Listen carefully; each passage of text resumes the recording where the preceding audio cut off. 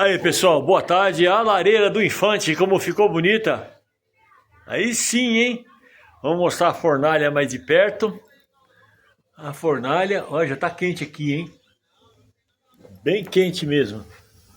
Ó, fornalhona.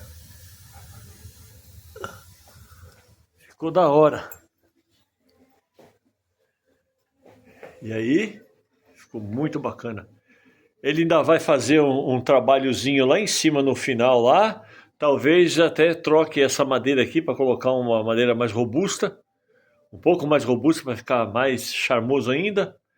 Mas a princípio ficou muito bom. Da hora. Ficou legal, hein? Parabéns aí. Esse aqui é o Infante. O Infante. E aí a bandeira brasileira, a mãe do Infante, o filho do Infante, o neto do Infante e a lareira pegando fogo. É isso aí, pessoal. Amanhã tem mais. Até. Não esquece de dar um like aí e vamos compartilhar, beleza? Falou!